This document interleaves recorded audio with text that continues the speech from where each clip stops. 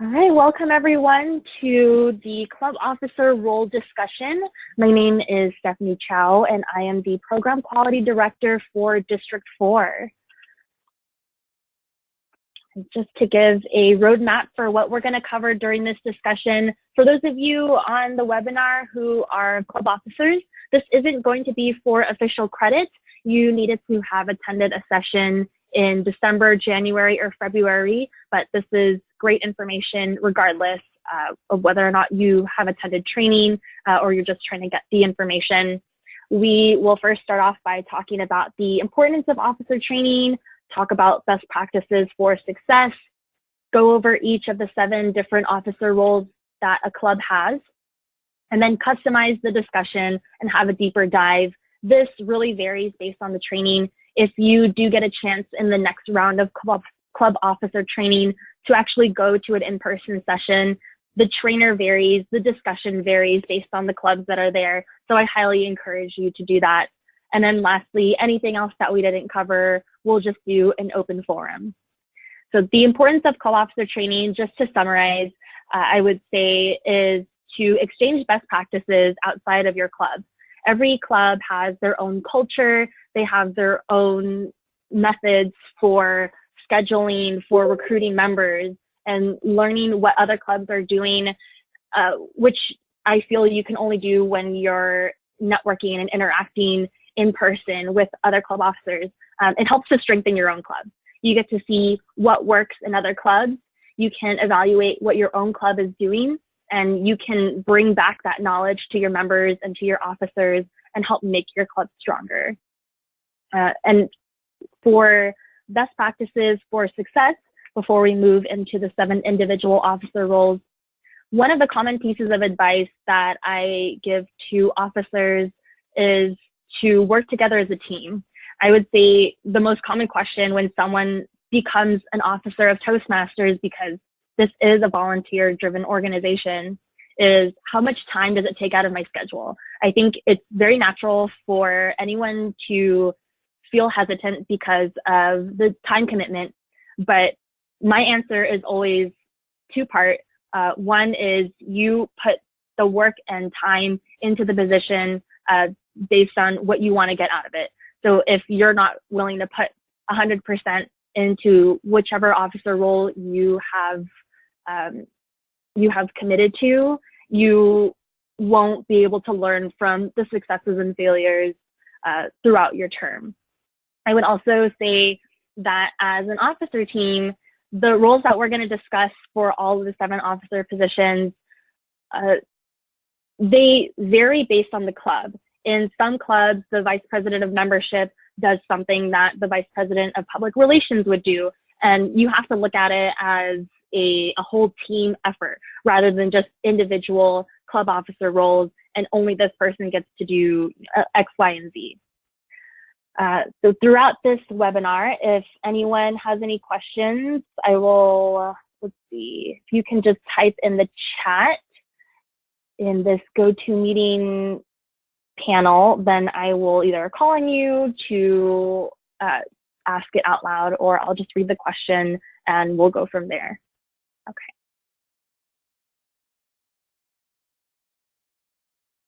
So first, we're going to start out with El Presidente of a Toastmasters club. You can read over some of the responsibilities that I pulled from the Club Officer Handbook. For those who might not be familiar, the Club Officer Handbook is a document that every club officer gets in the beginning of their term. They're sent directly to the club. You can also find it online. You can even just Google Club Officer Handbook Toastmasters, and it outlines the suggested responsibilities for each role. To summarize what I think the president should be doing in their club is to develop the vision for the club. That varies from club to club based on the status of the club at that time, what the president feels the club needs to achieve in order to be more successful by the time their term is over. I like to think of it like the campfire rule: leave the camp, or I think it's the camp space nicer than when you found it.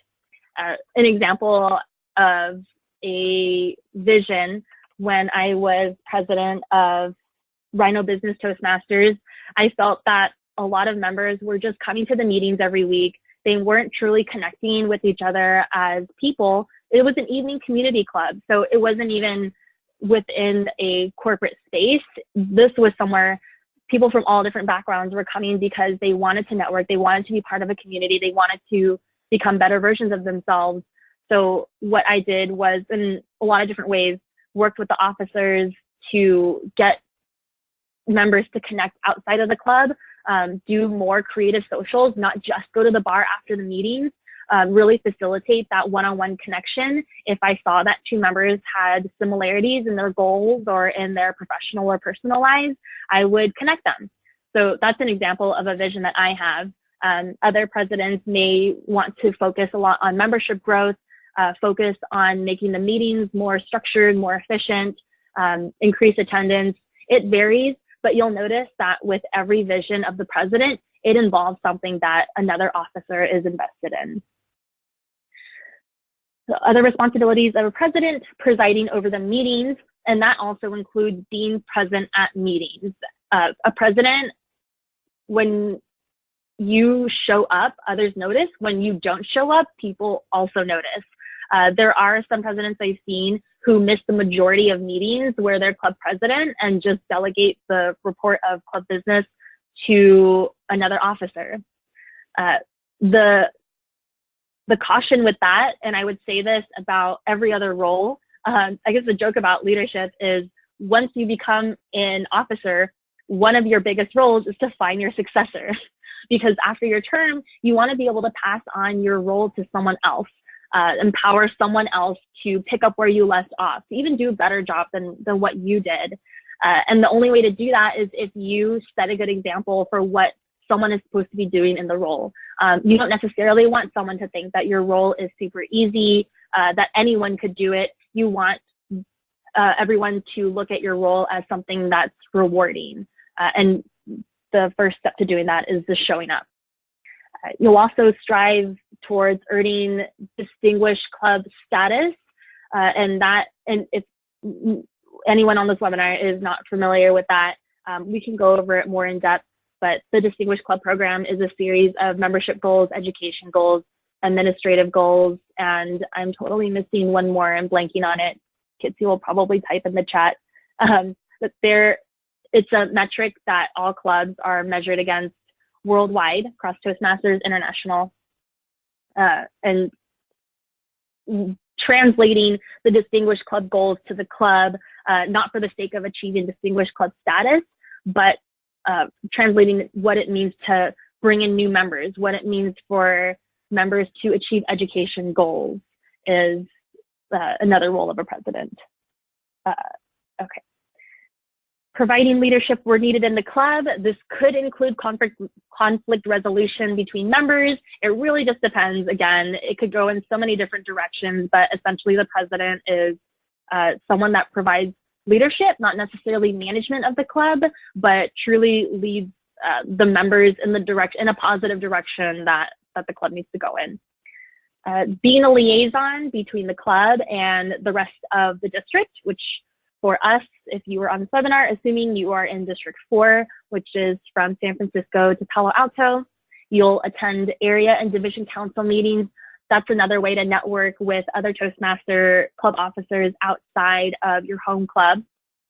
Attending the annual business meeting, because every president and vice president of education gets a vote during the annual business meetings that typically happen around the fall and spring conference. Although now with the fall conferences going away, it'll just be at the spring conference, and then there will be one virtually in the fall. And lastly, I said this a little bit with providing leadership, but just empowering club members wherever possible. The way that you conduct yourself as a president, and I think this is one of the coolest revelations, whether you are president, and I'm not sure if we have any presidents who are on this webinar, but anyone who gets to listen to it afterwards, it's a really neat revelation when you realize president isn't just a title. It's where it's a position where you have a lot of influence over members. And hopefully you use that power in a good way to make your members feel encouraged, because this is a Toastmasters club where we want to provide a supportive environment. Any questions about the role of president? You feel free to unmute yourself if you have any questions.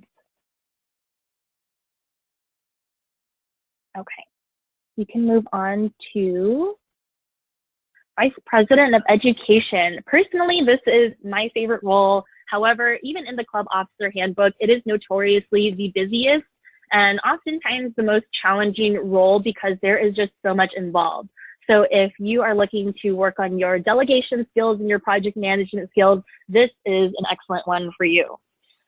Typically, the Vice President of Education is the one that coordinates the meeting role and event schedule. And by that, I mean the meeting rules from week to week for each of the regular Toastmasters meetings, as well as any special education events, speechathons. You know, if you're looking for ideas, we can go more in depth into how to mix it up between regular Toastmasters meetings. We can brainstorm some more special types of meetings, like there's improv meetings, reverse meetings are a lot of fun.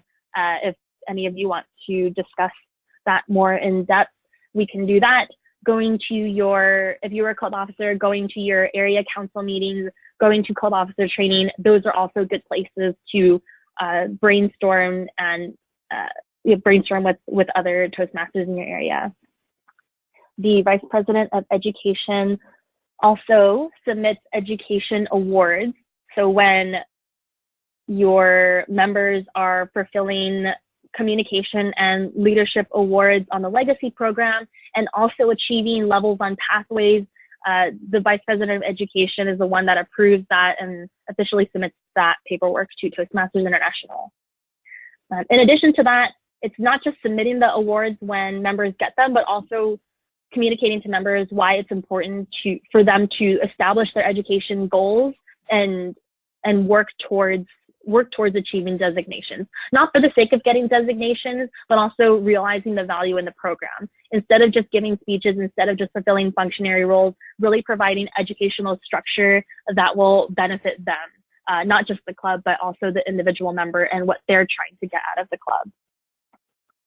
Planning speech contests is another role of the Vice President of Education that's typically delegated to another member in the club if there are enough members, and if there are enough members with interest to plan a speech contest. There is a plethora of resources online and blog posts on district411.org to help you with planning speech contests.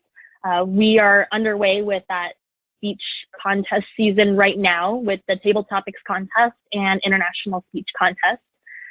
So feel free to reach out or ask a question at the end if you would like more information. So managing the mentor program, depending on the age of the club, a mentorship program might look different. A mentorship program could look more like a buddy program in a brand new Toastmasters club. My personal opinion is that every member in a Toastmasters club brings a certain skill set. It doesn't matter how long they've been in Toastmasters or how little they've been in Toastmasters. They could be funny, they could be organized. Everyone has a skill, and helping each other realize what those skills are will help you identify who can help you achieve the goals that where you help work on your own areas of improvement. And then, like president, attending area and division council meetings is great for Vice President of Education. I would also say it's beneficial not just to receive information about what's going on in the area and division, but also especially when it gets stressful in the middle of your term as VPE, because there's just so much on your plate. It helps to ask others and reach out how they delegate and how they are successful in their role. So if you're a Vice President of Education, or if you advance to Vice President of Education, those are some things to keep in mind. Any questions about VPE role? All right. Let's move on to Vice President of Membership. The next two roles are Vice President of Membership and Vice President of Public Relations. I like to talk about these two together because it's different for a community club versus a community open club versus a closed corporate club. I look at VP of Membership as servicing the existing dues paid members, and the VP of Public Relations as the officer that makes the rest of the company, makes the rest of the community know that this club exists. So for VP of Membership, I will specifically talk about how to serve the current members. Now, the first bullet point does say recruiting and onboarding new members. Again, depending on the club, each vice president might do something different. The vice president of membership will oftentimes be the one that's interfacing with guests that come to the club, providing the paperwork to become an actual member. And once that paperwork and those dues are turned in, work on the onboarding process of bringing in the new member, making them feel welcome, making sure that they have all the resources and mentorship needed to know how to do things like sign up for roles, find a mentor, get more involved, make new connections within the club. It's really about remembering the experience you had when you first joined as a member and what was important for you to feel like you belonged in that community. Conducting membership building programs, again, varies by club. Conducting an open house could be a strategy of recruiting new members. You can also work with the VP of PR to put up campaigns around the office if you're in a corporate club. The next bullet point is managing the guest experience, which starts from the moment that someone finds out about the club. Is someone responding to them in a timely manner? Do they know how to clearly and smoothly make it to the meeting location? Once they walk in, are they greeted? Do you do name tags? Do you get them to sign in? Really breaking down that guest experience, I would say, is one of the best parts of being a VP of membership, because that skill is so applicable outside of Toastmasters, which is something else that I would say about club officers, being a club officer in Toastmasters, finding ways to relate what you're doing in this role to what you're doing outside of Toastmasters.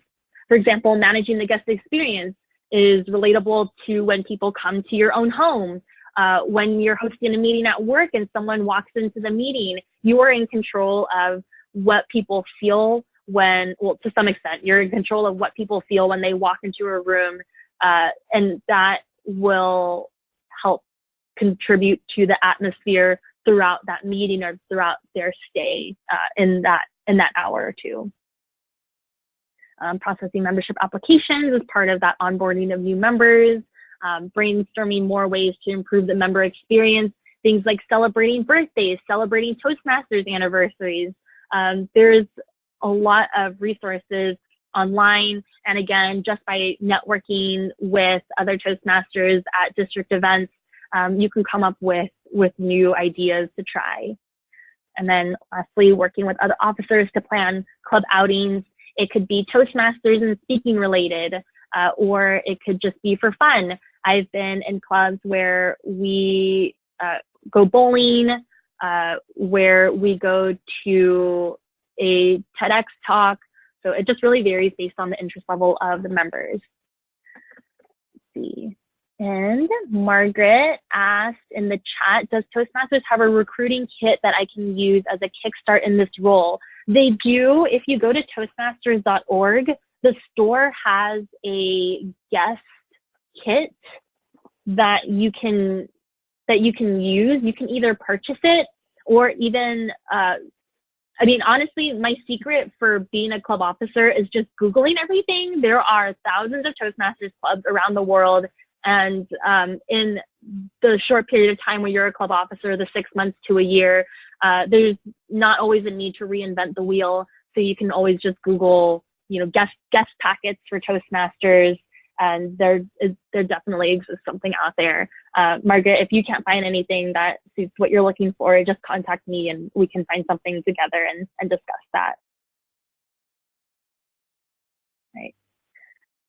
For VP PR, so I mentioned this is about publicizing the club internally and externally, meaning within a corporation and externally to the community, making everyone know that this club exists. No one likes to refer to Toastmasters as the best kept secret because it should not be a secret. This benefits everyone, and the more people that are in Toastmasters, the better. Some roles of the VP of Public Relations could include keeping the club's social media and website up to date, getting creative with how you're spreading the word about the club. Especially when you are in a corporate club, you can use your company's bulletins that are by the elevator. You can get a mention in the company newsletter. One fun way I like to promote Toastmasters within a club is and actually how I found out about Toastmasters is because my coworker had a copy of the Toastmasters magazine just lying on his desk. And I came into work one day and I was like, oh, what's this? This is interesting. I've never heard of this. I flipped through it. That seemed interesting to me. So when I heard about Toastmasters a year and a half later, I already knew what it was about and I was more inclined to check it out. So if it's anything like having best table topics ribbons displayed on your desk, Toastmasters mug, just Toastmasters memorabilia. Sometimes swag can be a little silly when you're buying it from the store, but especially if you're in a corporate club, these are great ways to just promote Toastmasters to people walking by your desk. So safeguarding the Toastmasters brand and copyrights, knowing that as a Toastmasters club, as a nonprofit, we are a representation of the whole Toastmasters brand. So that's another reason why we want to stick to the education program and more or less abide by the bylaws that Toastmasters sets. There are also some district PR awards coming up. You can check those out at d4tm.org. There are ones for, I believe, newsletter, website, and video. And then lastly, I put this also on VP PR, in addition to VP of membership, planning, club outings. There are some adventurous people in our Rhino Business Toastmasters Club that want to do a whitewater rafting trip. They also do hiking. So if your club is very outdoorsy, that's something you can do. It's another way to bond. And of course, with every experience, it makes for great speech material. So I say, why not? I mean, especially if it's for a company, doing a company happy hour, you don't have to think about Toastmasters as another work meeting. You can make it something that's fun to look forward to during your lunch break or after work. Okay, any questions about VPM or VPPR? All right, so we'll go to secretary. I think secretary is one of the most underappreciated roles and sometimes underutilized roles in the club. Secretary, I've heard, will often be referred to as the easy position where you don't really have to do anything. But secretary is such a critical role to the point where clubs literally cannot charter unless they have a secretary as part of their officer board. So every newly chartered club has to have a president, one vice president, and the secretary. So getting creative with the secretary role is a cool challenge to take on, and I'll share some ideas of what I've done in the past. Responsibilities may include taking notes at general and executive meetings. There are a lot of templates that exist out there on the Toastmasters website, on Google, of what meeting minutes could look like for general meetings and also executive meetings. It's not required. One way I like to look at it is for general meetings, if the secretary is taking minutes, he or she can keep track of who wins best speaker, who wins best table topics, who actually fills the roles in the end if there are last minute dropouts, what are the speeches vaguely about. And these are minutes that can be shared with the rest of the club, whether it's through email or a Google Drive folder. I see it as a good way to keep members engaged, especially when they can't make it to every meeting. It lets them know what they missed out on. And even more importantly, it's a historical record of what happened at each meeting. If you happen to have a member that is questioning when they fulfilled certain roles because they're trying to submit for their education award.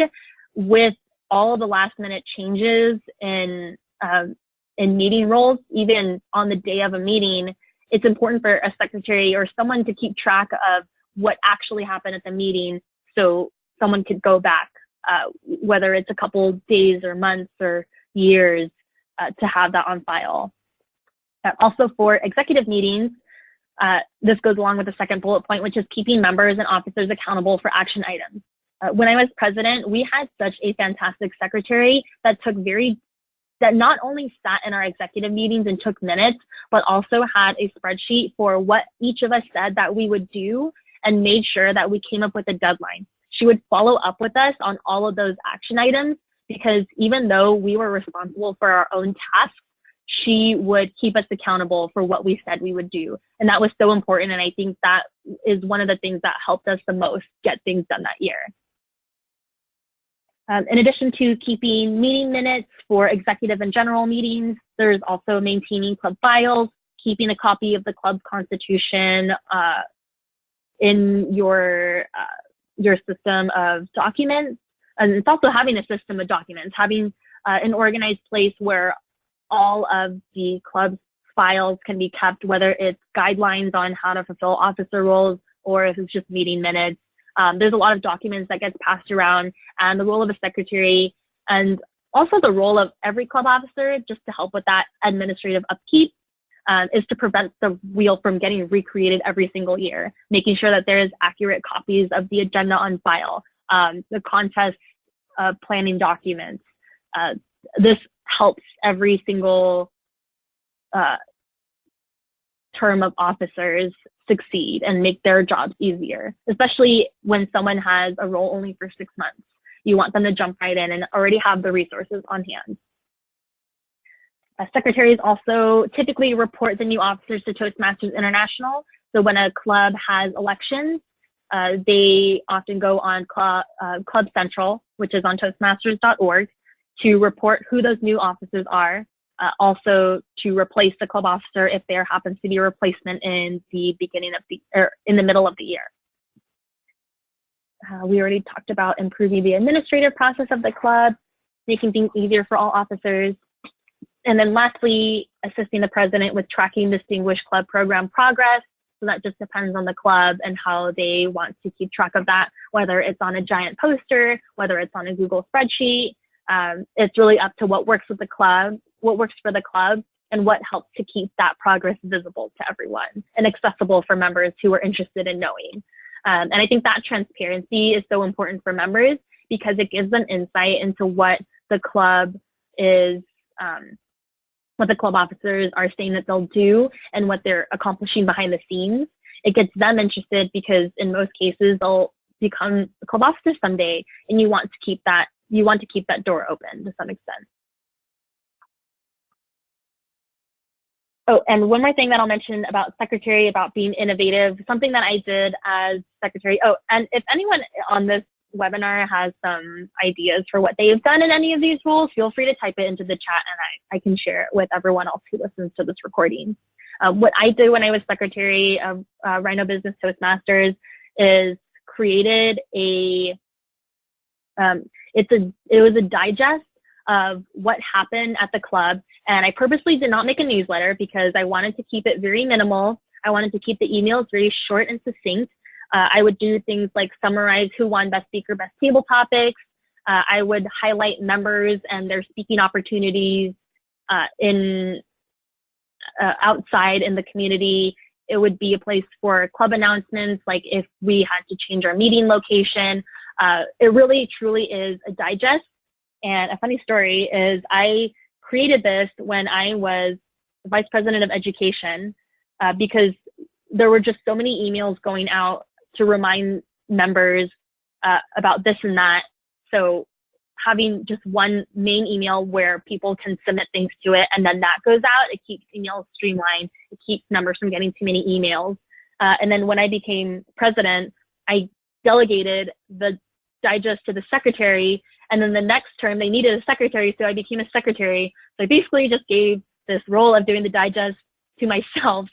But the point is that seeing what is helpful for the club, not just following those checklists of what you're supposed to do, but truly making your club better, I think is one of the biggest rewards of being a club officer. Like Solange, if I say your name correctly, asked, could you please speak about membership metrics of success? How many new members do we need to recruit per cycle to be in good standing? That is a good question, especially for new clubs. When brand new clubs charter, they need to charter with at least 20 dues paid members. And when we work with, and when I say we, I mean the district, when we work with new clubs to charter, we tell them that at a minimum, they need to have 20 members to charter, but it's recommended to aim more for 25 or 30 members because, as we all know, as being part of a Toastmasters club, life happens, jobs change, you know, there's unpreventable events that happen, so people will drop out. For new clubs, it's about maintaining that number of 20, which I would say is the amount of members for a healthy club. Now, for the absolute minimum number of members that a Toastmasters club can have, that's 8. So 8 members need to be renewed per cycle in order to remain in good standing. Now, good standing is kind of misleading, but that's, as long as you pay dues for 8 members, you are technically considered in good standing. But I would encourage to recruit at least 20 active members. How many is that per cycle? It really depends. In our club, we will vote in 2 or 3 new members at the end of every month. I would say if you can get 2 members every month, that would be fantastic, because not every member is going to come to every meeting.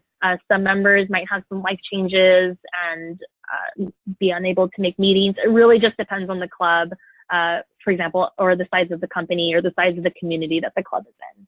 So hopefully that answers your question. Feel free to chat back if that does not. Perfect. We'll move on to the club treasurer. So the club treasurer, I would recommend every club to have one, even if they don't have a bank account, even if they are a corporate club, because even if you don't oversee the club's bank account because it's a community club, you also prepare and oversee the club's budget. This could also include district credit that the club receives through incentive programs. The club can get that for renewing new members, renewing members, getting club officers trained, onboarding members onto pathways. There's a ton of incentive programs you can look at on our website at d4tm.org, and being able to keep track of these credits, using them before the deadline, which this term is the end of May, so May 31st, 2018. It doesn't have to be the treasurer, but that is something helpful that a treasurer can do. I like to think of it as you can go shopping for what a club needs, and it's not your own money. It's money that you earn. So I don't know. For me, since I like shopping, I like this role and trying to keep my fellow club officers on track with earning as many incentives as possible. Also collecting membership dues and making it easy for members. Again, even if it's the company that pays for dues, oftentimes that company will ask for an invoice in order for the company to pay those dues. So making sure you facilitate that communication early on, not waiting until right before the dues deadline, is critical, because Toastmasters International will process those requests on a first come, first served basis. So you want to make sure that you're meeting that dues deadline, even if there are no additional club dues for your members. Working with the VP of membership to submit new members. Again, if some clubs do it differently, where the VP of membership will add the new member into Club Central and put in all their information, then the treasurer goes in and pays the dues for those new members. It really just depends. Paying that's totally typo, all necessary club bills if applicable, such as food, such as room rental. Again, it varies by club. Assisting the sergeant at arms with purchasing new items for the club. I would say the sergeant at arms will help to keep track of the inventory for meeting materials, and the treasurer can assist with making those purchases happen. Every year on May 15th, there is a very easy, takes 15 minutes. There's a tax form, the 199N, that's filled out online on Club Central. So that will be something to note if you are a treasurer. If at any point you have any questions that relate to Club Central or something that's very international, you can always call Toastmasters International. They are very receptive, and they're just a great group of people to talk to. If you want to write down their number, you can look it up on toastmasters.org, but it's 949-858-8255, I believe. I think I've called them so many times, I remember their number. and I have it on speed dial. So I would definitely encourage calling them before reaching out via email to someone to escalate. They'll definitely direct you if they're not the ones to answer that question. Okay, let's see. So Margaret asked, can you please provide some information about the officer terms and election process? Yes, let me get to the Sergeant at Arms role first, and then we will talk about elections. That is a good question. Okay. So the Sergeant at Arms is the 7th role that I want to go over. This is an important role in making sure that the experience for the members and the guests are set. It could include ensuring that the meeting room is set up, that it's reserved, that all the materials are out by the time the first person walks in the door. The Sergeant at Arms typically arrives to the meeting room a little bit earlier than everyone else, just to make sure that there are enough chairs, there are enough pens, sometimes that the agendas are out.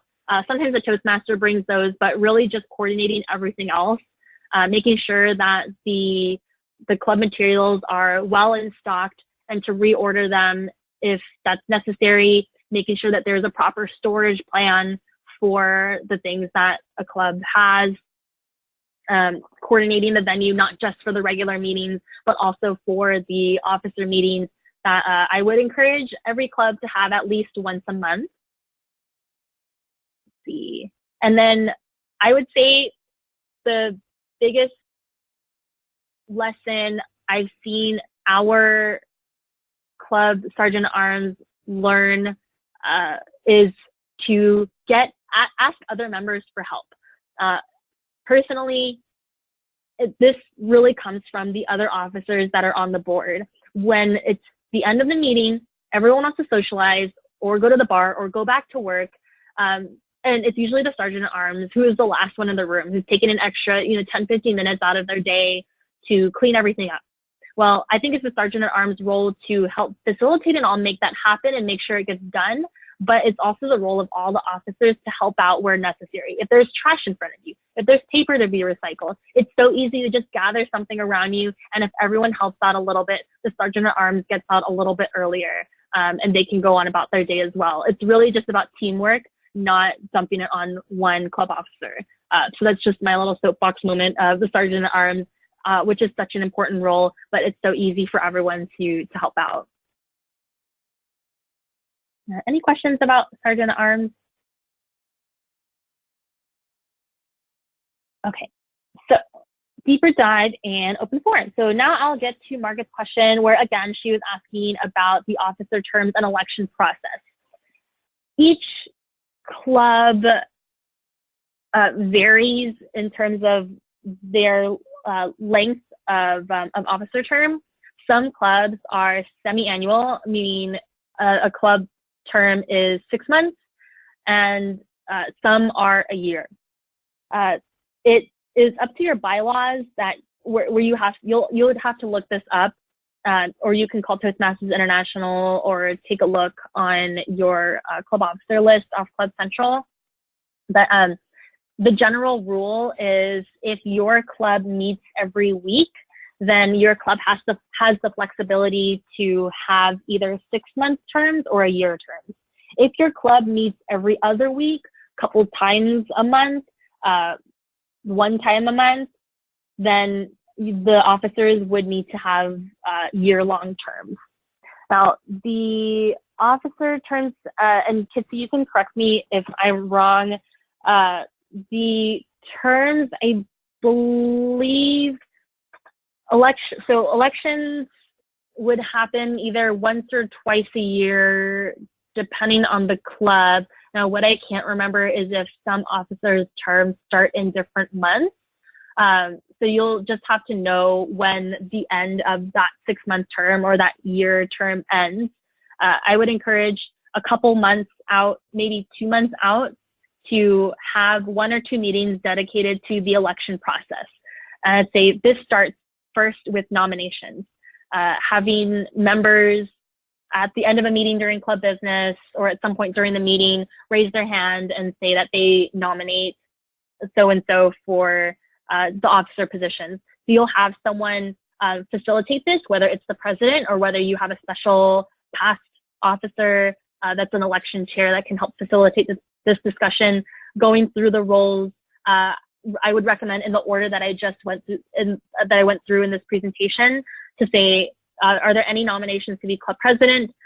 First going through a description of the role, making sure everyone understands what that is, and then asking for nominations.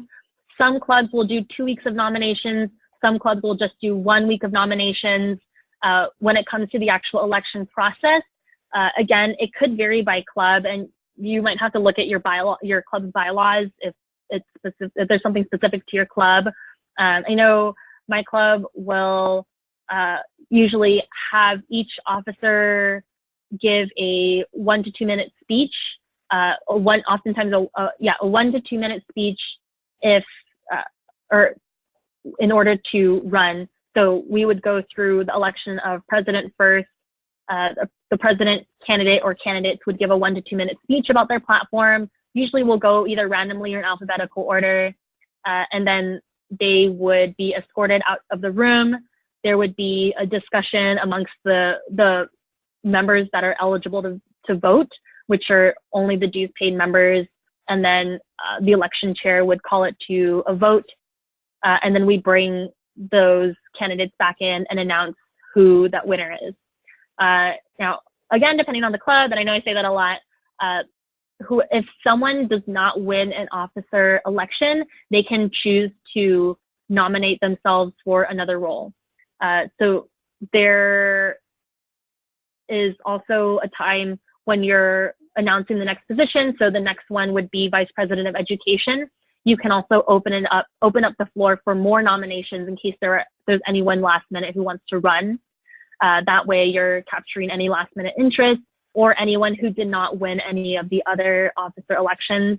And then you just continue waterfalling down. Let's see, what am I missing? Does that answer your question, Margaret? Or is there another specific question that you have? Or does anyone want to add anything else about the election process?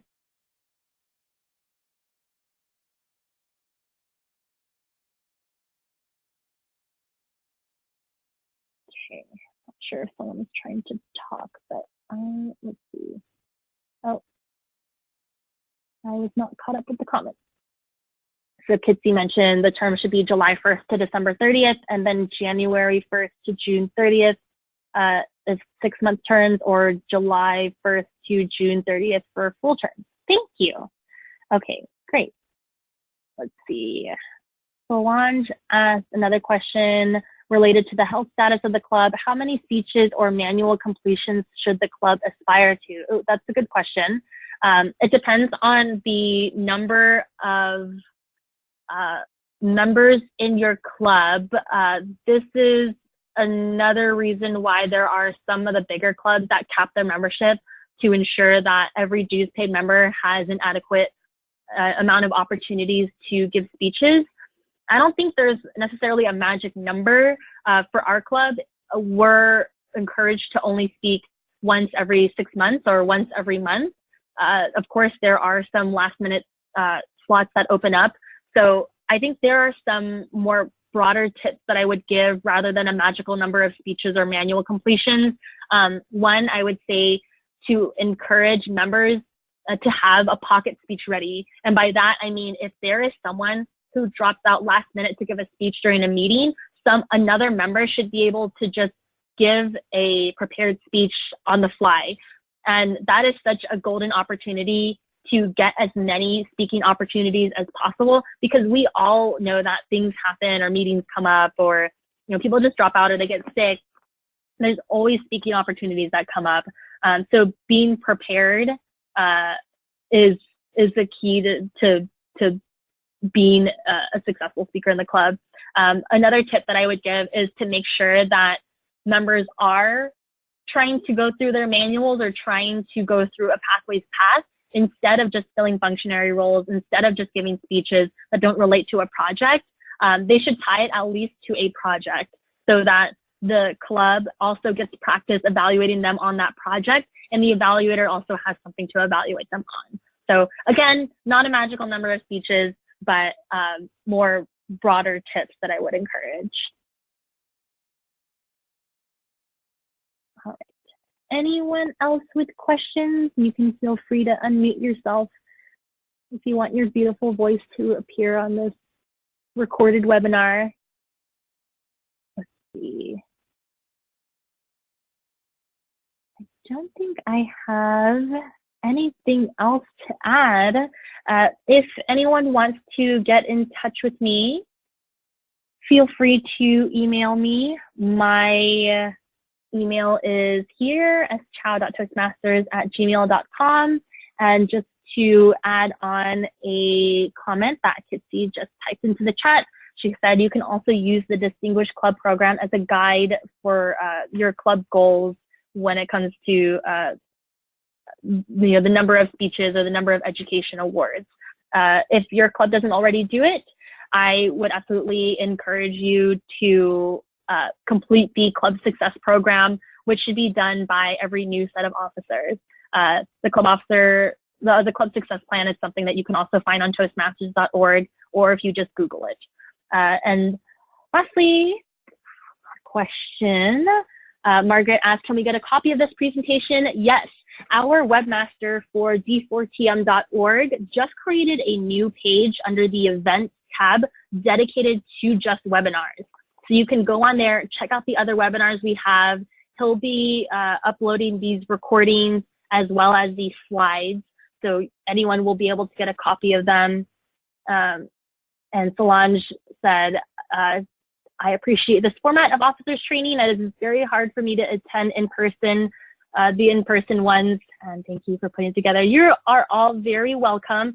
Again, I think Solange, you might have joined after I said this, but this isn't for official Toastmasters officer credit, but I'm hosting it specifically for anyone who wasn't able to make it to those in-person sessions, because I think everyone should still have access to this important information. So again, if you have any questions, just email me. Thank you everyone so much for attending, and we'll see you on a future webinar.